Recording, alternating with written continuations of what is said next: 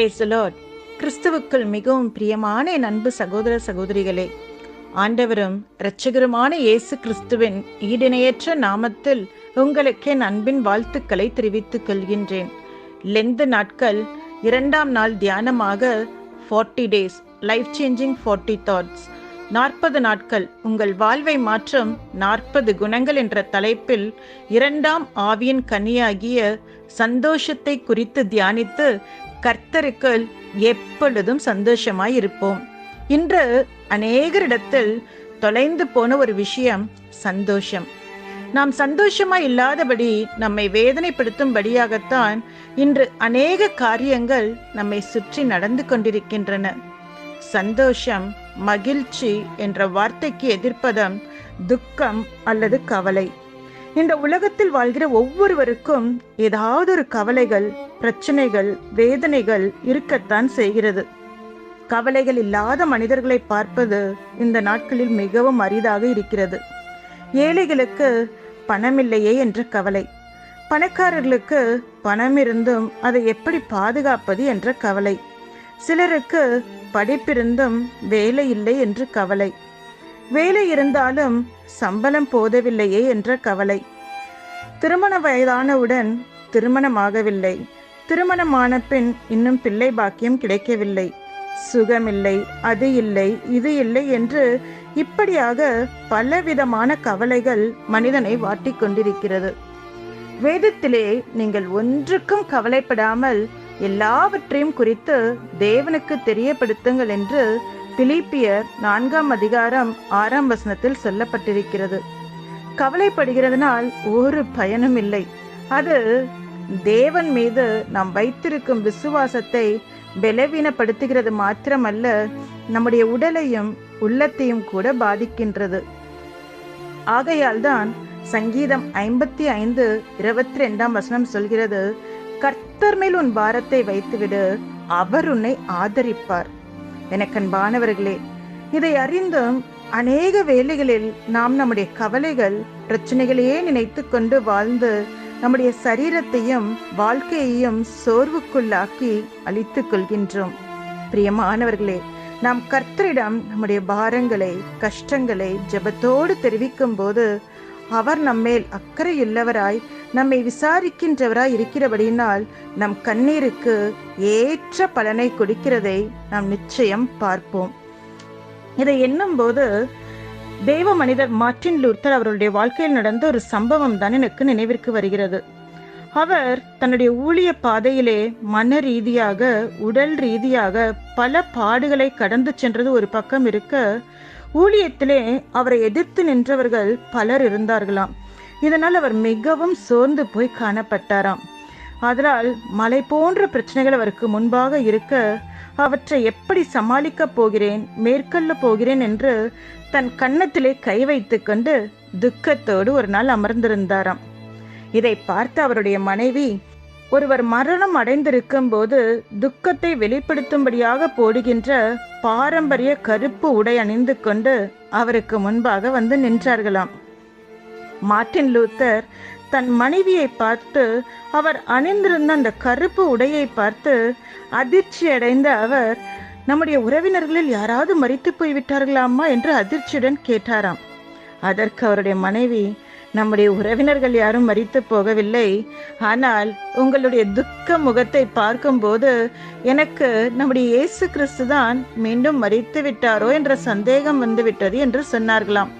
அப்போதுதான் Martin Luther தன்னுடைய தவறை உணர்ந்தவராக, தான் கவலைப்படுகிறதற்கும் துக்கம் அடைகிறதற்கும் கண்ணீர் விடுகிறதற்கும் எந்த ஒரு அவசியமும் இல்லை. காரணம், தன் கண்ணீரை களிப்பாக மாற்றுகின்ற தேவன் இன்றும் உயிரோடு இருக்கின்றார் என்பதை நினைவில் கொண்டாராம். எனக்கு அன்பானவர்களே, அநேக வேளைகளில் நாமும் கூட இப்படித்தான் தேவையில்லாத காரியங்களை யோசித்து கொண்டு, நினைத்து கொண்டு நாம் கவலைப்பட்டு கொண்டிருக்கின்றோம். எனக்கு அன்பானவர்களே, நாம் எப்பொழுதும் துக்கமாய் கவலையாய் இருப்பது தேவனுடைய விருப்பம் அல்ல.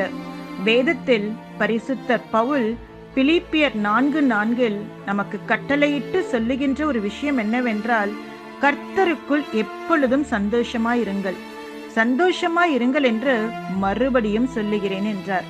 நம்மை சுற்றி என்ன நடந்தாலும் சரி, நம் தேவன் அறியாமல் ஒன்றும் நடக்காது என்ற நம்பிக்கை நமக்கு இருந்தால் நாம் எதை குறித்தும் கவலைப்படவே மாட்டோம். இந்த நிச்சயம் நமக்கு இருக்கும்போது நம்முடைய சூழ்நிலைகளை பார்த்து, நம்மை சுற்றி நடக்கின்ற காரியங்களை பார்த்து நாம் கலங்க மாட்டோம், பயப்பட மாட்டோம். மாறாக நாம் தைரியமா இருந்து கர்த்தருக்குள் சந்தோஷமாக இருப்போம். சங்கீதம் 37 அதிகாரம் 4 இதைத்தான் சொல்கிறது.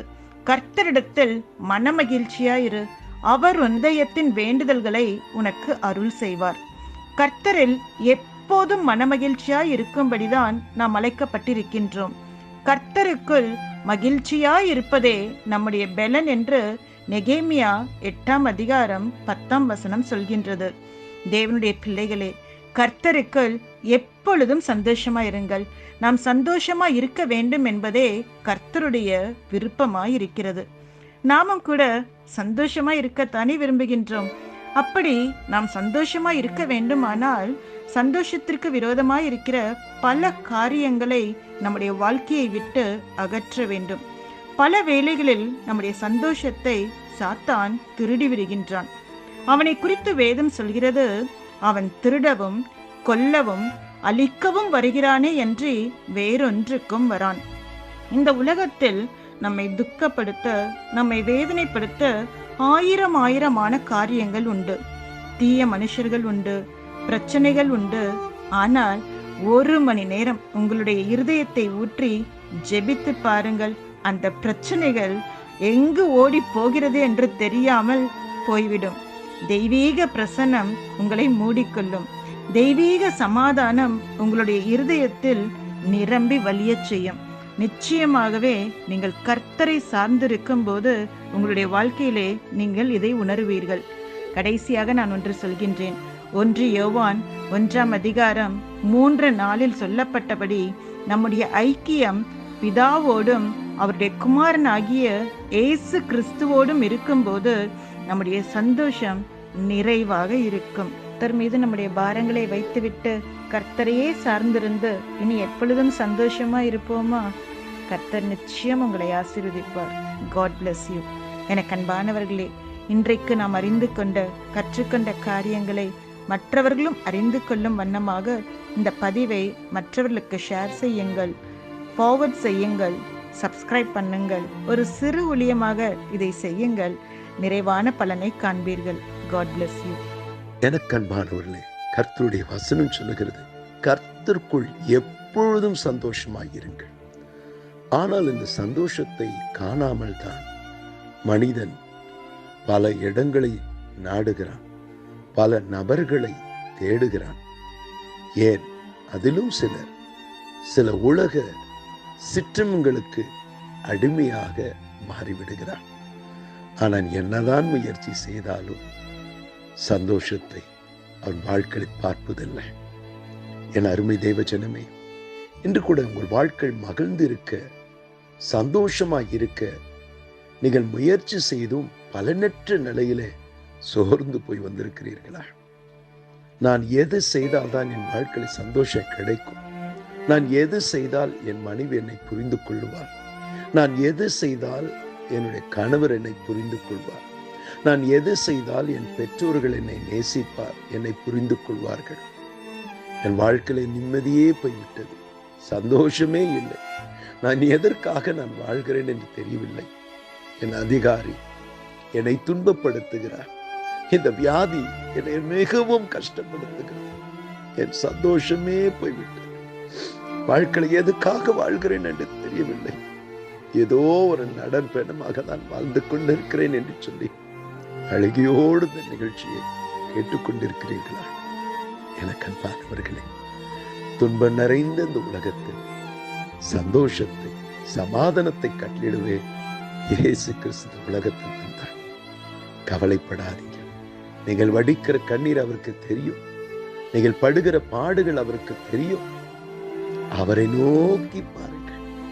அவரை நோக்கி பார்த்த முகங்கள் பிரகாசம் அடைந்தது. அவர்கள் முகம் வெட்கப்பட்டு போவதில்லை. வேத வசனம் சொல்லுகிறது அல்லவா? அந்த வசனத்தின்படியே நீங்கள் துன்ப கண்ட நாட்களுக்கு ஈடாக கண்ணீருக்கு ஈடாக இந்த நாளிலே ஆண்டவரை நோக்கி பார்க்கிற உங்கள் ஒவ்வொருடைய வாழ்க்கையில் அந்த சந்தோஷத்தை கட்டிடுவார். உங்க வேலையிலே அந்த சந்தோஷத்தை கட்டிடுவார். உங்கள் குடும்பத்தில் அந்த சந்தோஷத்தை கட்டிடுவார்.